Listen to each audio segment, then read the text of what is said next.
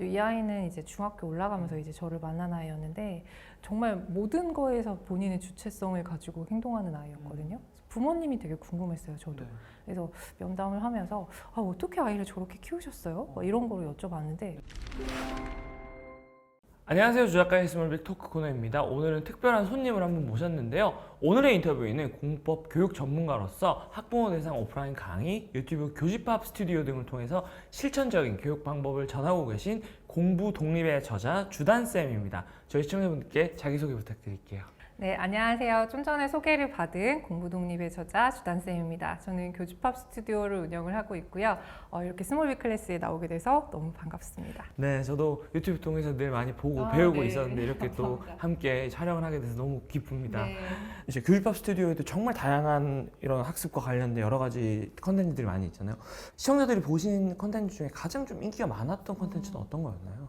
많이 보신 것 중에 하나가 이제 수학 연산에서 연산 실수를 많이 하는 아이들 어떻게 잡아줄까요? 뭐 이런 거라던가 아니면 수학 오답을 어떻게 잘 해결할 수 있을까? 뭐 이런 것들에 관심이 많으신 것 같더라고요. 네. 수학 연산 어떻게 알려줄 수 있나요?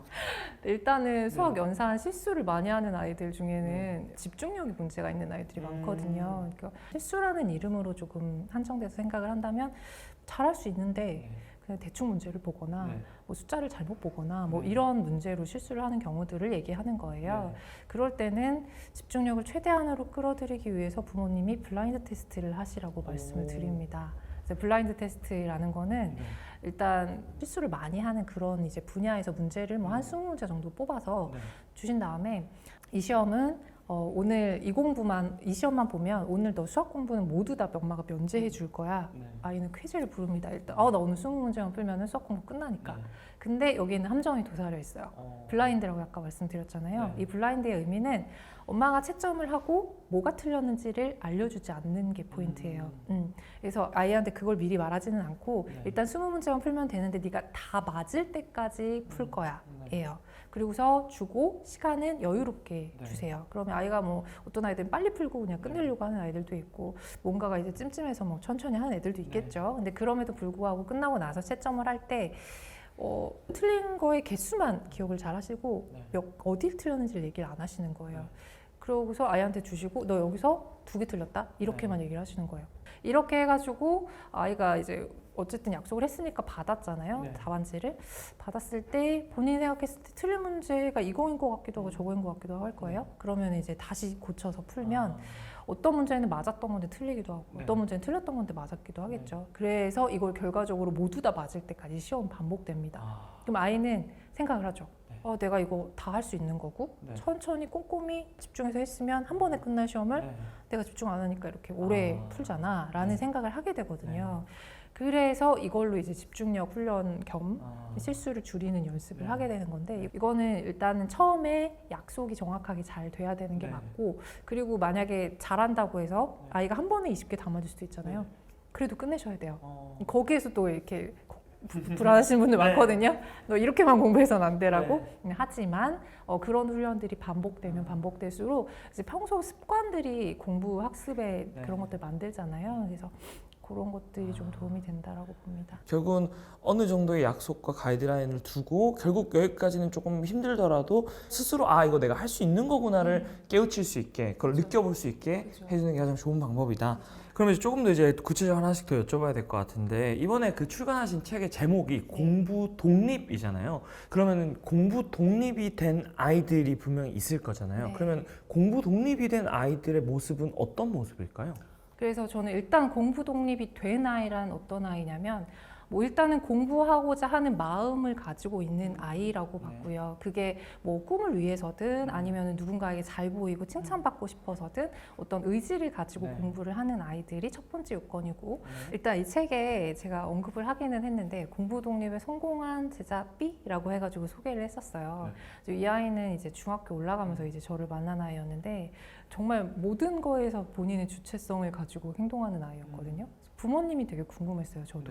그래서 면담을 하면서 어떻게 아이를 저렇게 키우셨어요? 막 이런 거를 여쭤봤는데 아무것도 안 하셨다는 거예요.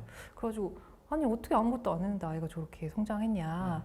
그러니까 원래 타고난 것도 있었고 그리고 본인이 하려고 하는 거는 그냥 막지 않고 뭐든지 시켜줬어요 라고 말씀을 하시는데 그게 오히려 저는 원인이었다는 생각을 일단은 했거든요. 근데 이 아이가 어떤 아이였냐면요. 원래 의대 지망생이었고요. 그리고 영어를 좀 잘하는 아이였어요. 근데 수학이 부족해서 이제 저를 만난 거였는데 이제 영어를 잘한다는 자신감이 있으니까 수학도 금세 따라 올라가더라고요. 그래서 아, 얘는 자기 효능감이 굉장히 높은 아이구나. 내가 정말 노력만 하면 뭐든지 할 수 있다는 마음을 가지고 있는 아이구나 라는 생각을 했고요. 그 부모님도 아이한테 뭐든지 다 이렇게 지원을 해줬다라는 게 이제 금전적인 지원이든 뭐 이런 기회적인 지원이라기보다는 아이한테 그런 가능성에 대해서 계속적으로 말씀을 많이 하셨다라는 얘기를 하더라고요. 그래서 아, 그런 태도가 굉장히 중요하구나라는 생각을 했고요. 책을 읽어보니까 결국 공부 독립이 잘 될수록 아무래도 실제로 공부에서 성적이 잘 나오는 그런 경우가 많다고 말씀을 해주셨는데 또 이제 현실은 사실 이제 아이들의 성적을 올리기 위해서 오히려 공부를 독립시키지 않는 경우가 이 아이러니한 상황이 좀 많은 것 같아요. 그래서 진짜 공부 독립이 돼야만 성적이 오른다고 생각하시는 이유가 있으실까요? 일단은 합격 공식이라는 게 은연중에 막 돌아다니잖아요. 그래서 우리 아이들이 아무리 독립성을 갖는다고 해도 뭐 정해준 어떤 루트를 따라가지 않으면 불안한 게 부모 마음인 것 같아요. 그래서 사실은 공부 독립을 의도적으로 시키지 않으시는 분들도 있고 그 길을 따라서 만들려고 노력하시는 분들도 많으시고요. 앞에서도 말씀드렸지만 기본적으로 공부 독립을 위해서는 의지를 가져야 되는데 의지가 없는 아이들 같은 경우에는 그냥 끌어갈 수밖에 없는 상황이 불가피하게 될 수도 있을 것 같아요. 근데 그럼에도 불구하고 독립을 시켜야 되는 이유는 일단은 저는 이 공부 독립이 아이들 인생의 독립의 첫 번째 발걸음이라고 생각을 했어요. 앞으로 성인이 돼서 독립할 일이 굉장히 많잖아요. 뭐 그게 뭐 어떤 결정에서부터 시작해서 뭐 성인이 돼서 뭐 말 그대로 집에서 나가는 독립부터 뭐 결혼해서 새로운 가정을 꾸리는 독립, 뭐 여러 가지 독립에 이르기까지 뭔가 본인이 그거를 하고자 하는 의지를 가지고 내가 그걸 이루기 위해서 어떤 능력들을 갖춰야지 그게 성공할 수 있을까라고 고민해보고 그리고 또 그것들을 실제로 실행하고 잘못돼서 실패도 해보고 성공도 해보고 이런 과정을 거쳐야 성장할 수 있다고 생각하거든요. 근데 우리 아이들이 실제 초중 고등학교를 거치면서 그런 일을 경험할 일이 많지 않은 것 같아요. 보통은 이제 이렇게 자기주도 공부를 시키고 공부 독립을 하지 않는 한 아이들이 그런 일을 겪을 일이 고등학교 졸업할 때까지 잘 없죠. 근데 그런 상황에서 대학생이 됐을 때 과연 제대로 뭔가를 결정할 수 있을까. 그래서 요즘 뭐 헬리콥터맘이나 뭐 그런 얘기도 워낙 많이 돌아다니니까 뭐 결혼이나 나중에 취업하는 것까지 다 부모가 관여하는 상황이 만들어질 수도 있잖아요. 그래서 그거를 처음에 연습할 수 있는 때가 저는 초중고등학교 때가 아닐까라는 생각을 일단은 했고 나중에 본인의 삶을 주체적으로 살아가기 위해서라도 공부 독립이 꼭 이루어져야 된다고 생각하고요. 그 공부 독립의 결과로 좋은 성적이 선물같이 따라오는 거라고 생각합니다. 그러니까 좀 말씀드린 두 가지 생각이 들었는데 첫 번째는 공부 독립에서 결국은 공부가 메인이 아니라 진짜 본질은 독립인 거네요. 독립적인 인간을 키우는 게 중요하다. 그리고 두 번째는 이제 사실은 이제 제가 고등학교 때 저는 기숙사였고 학원이나 어떤 사교육 도움 받을 수 없는 환경이었는데 그러면서 실제로 막 어릴 때 대치동이나 이런 데서 굉장히 사교육을 많이 받다가 학교에 딱 와서 혼자서 해야 돼서 거기서부터 참 어려운 과정을 겪는 친구들 되게 많이 봤거든요. 저도 알고 있어요. 네, 그래서 물론 이제 반대로 또 실제로 그 과정에서 처음에 어려웠지만 결국 그걸 극복해서 진짜 독립을 하는 애들도 많이 있었거든요. 그런 점에서 좀 공부 독립이 어떤 맥락으로 중요한지 잘 설명해 주신 것 같아요. 이제 결국은 우리가 공부 독립의 핵심에 대해서 얘기를 하면서 결국 의지와 마음이라는 얘기를 우리가 계속 귀결이 되는 것 같고 아마 부모님들도 다들 그렇게 공감을 하실 것 같아요. 그런 점에서 아이의 공부 독립을 시작하려는 결심이 결국 제일 중요할 텐데 보통 이제 아이들 많이 만나보셨으니까 언제 보통 그런 결심을 하는지 혹은 또 그런 결심을 부모님이 어떻게 도와주고 어떤 태도를 취해주면 그런 시기를 좀 당길 수 있을지 그런 것들이 좀 궁금합니다. 제가 이제 생각을 가만히 해봤을 때 아이들이 공부하려는 의지를 갖는 게 현실적으로 쉽진 않죠. 네, 당연히 쉽지 않아요. 그런데 그럼에도 불구하고 학년별로 이런 때는 이런 정도의 자극이면 아이들한테 충분히 도움이 되겠다라고 생각했던 포인트들이 있거든요. 일단 초등학교 저학년 때는 아이들이 좋아하는 공부를 시켜주셔야 된다고 생각을 해요. 그게 이제 재미를 느끼는 요소인 거죠. 이제 수학에서 재미를 느끼기 쉽지는 않지만 그게 수학 선생님으로서 굉장히 슬픈 일이기는 한데 아이들이 뭐 초등 저학년 때는 가능하면은 저는 수학 선행도 하지 마시라고 많이 음. 말씀을 드리거든요. 아이들이 이제 과목에 가지고 있는 기분 좋은 어떤 감정들을 어느 정도는 쭉 가져가야 한다라고 생각을 해서 초등 1, 2학년 때는 수학이라는 이름이 붙어있는 모든 외부적인 활동들을 적극 권장해 주세요라고 말씀을 드려요. 그래서 아이들이 교구를 가지고 놀든 아니면 사고력 학원 위주로 다니든 아니면 퍼즐을 맞추든 뭐 여러 개 뭐 보드게임을 하든 어떤 것이든 간에 아이들이 수학을 즐겁게만 체험할 수 있으면 뭐든지 권장해 주시라는 말씀을 드리거든요. 이때 뭔가 수학에 대해서 긍정적인 생각을 가진 아이들은 나중에 수학 공부를 하다 조금 어려워도 그래도 이 고비만 넘기면 내가 좋아하는 뭔가도 알 수 있을 거야. 여기서 또 다른 재미도 느낄 수 있을 거야 라는 긍정감을 좀 이어간다고 저는 봤고요. 그리고 이제 초등 고학년에서 이제 중학생 정도 됐을 때는 조금 전략적인 부모님의 태도가 조금 필요하다는 생각을 합니다. 뭐냐면 좀 전에 제가 예를 들어드린 그 제자 같은 경우 영어를 잘한다고 했었잖아요. 이 아이처럼 그게 어떤 과목이든 잘하는 거 하나를 꼭 만들어 주셨으면 좋겠다는 생각이 들었어요. 그래서 이 아이가 영어랑 수학 중에서 영어를 조금 더 좋아하고 재밌어하고 잘한다라고 하면 오히려 초등학교 때 그리고 중학교 정도까지는 영어에 조금 더 신경을 써주셔도 괜찮지 않을까.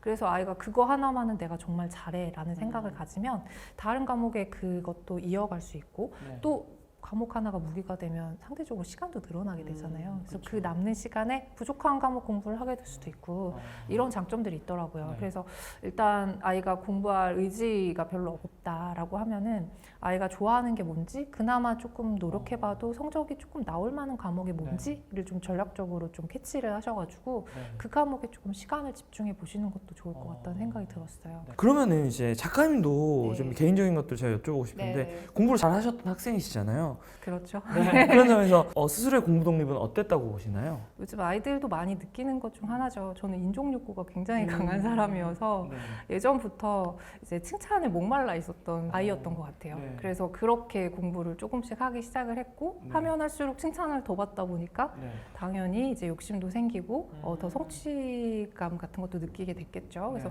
그렇게 공부를 한 스타일인데 저는 엉덩이 힘이 좀 무거운 학생이었고 지금도 뭔가 일하면은 딴짓을 할지언정 일어나진 않거든요. 일단 그것만으로 공부 독립이 됐다라고 말하기는 좀 그렇잖아요. 근데 이런 기본적인 것들을 좀 가지고 다른 것들을 보강해서 어쨌든 아까 말씀드린 자기 주도적인 그런 이제 공부를 하기 시작했던 그런 학생이었던 것 같습니다. 그러면 이제 또 궁금한 게 이제 아무래도 저희도 그렇고 작가님도 그렇고 유튜브 채널을 통해서 주로 부모님들께 얘기를 드리고 결국 자녀의 학습이나 자녀의 성장이나 뭐 자존감이나 이런 것에 부모님의 영향이 되게 크다는 얘기를 많이 하잖아요. 그런 측면에서 이제 작가님은 좀 부모님과 어떤 관계였고 좀 부모님으로부터 어떤 영향을 받았는지 이런 것도 좀 궁금하거든요. 아까 또 인정욕구 이런 것도 말씀 주셔가지고 저는 이제 남매 중에 큰딸이에요. 큰딸인데 동생은 이렇게 왜 둘째들한테는 부모님이 크게 기대를 안 하시는 부분들도 있잖아요. 그냥 예쁘게만 자라라. 근데 저는 큰딸이었기 때문에 조금 어릴 때 두각을 나타내다 보니까 기대 같은 것들 좀 많이 하셨던 것 같아요. 근데 그게 기대가 저한테 이렇게 무거운 짐이 되진 않았고 오히려 뒤에서 이렇게 밀어주는 바람이었다고 저는 생각을 하거든요. 그래서 부모님들이 기대는 하시지만 그게 뭐 네가 하기 싫은 거를 하게 한다거나 막 그런 식으로 뭐 끌려가게끔 그렇게 하셨던 건 아니고 제가 하고자 하는 거는 다 하라고 지원을 해주시는 편이었고 그리고 뭔가 믿음이 확실히 있으셨고 만약에 실패하더라도 네가 이유가 있었고 뭐 지금 뭔가가 부족했으니까 그런 거겠지 라는 마음이셨어요. 그래서 저는 이제 두 분의 기대를 이제 기분 좋은 기대를 좀 무너뜨리지 않으려고 좀 노력하는 그런 아이였던 것 같고요. 부모님이 저한테 해주신 게 뭘까라고 지금 물어보시니까 딱 생각을 해보면 그냥 저한테 맞는 역할들을 해주셨던 것 같아요. 그런 게 있잖아요. 아이들별로 뭐 부모님은 이제 부모님하고 아이하고 성향이 굉장히 다르면 부모님은 아이가 왜 저렇게 행동하는지 이해를 못하는 부분이 많이 있을 수도 있는데 저희 부모님은 저를 잘 아셨던 것 같아요. 너는 이렇게 막 기대를 하고 칭찬을 해주고 막 이래야 더 잘하는 아이구나 네, 제가 만약에 그러지 않은 아이였는데 그렇게 하셨으면 네. 반대로 저는 힘들었을 수도 있겠죠. 근데 그게 의도하셔서 그렇게 하셨다기보다는 우연히 잘 맞아 떨어졌던 것 같다는 생각은 하는데 네. 어쨌건 부모님이 저한테 주신 거는 뭐 네. 너는 정말 잘할 수 있는 아이야. 너는 정말 이제 노력만 하면 뭐 이렇게 뭐 다 할 수 있는 아이. 뭐 이렇게 뭔가 많이 믿어주셨던 그런 부분이었던 것 같아요. 재능보다는 노력을 칭찬해주고 짚어줘라 라는 아, 전문가들의 얘기들이 네, 맞다고 네. 볼 수 있는 저는 거네요. 그렇게 생각해요. 아, 네.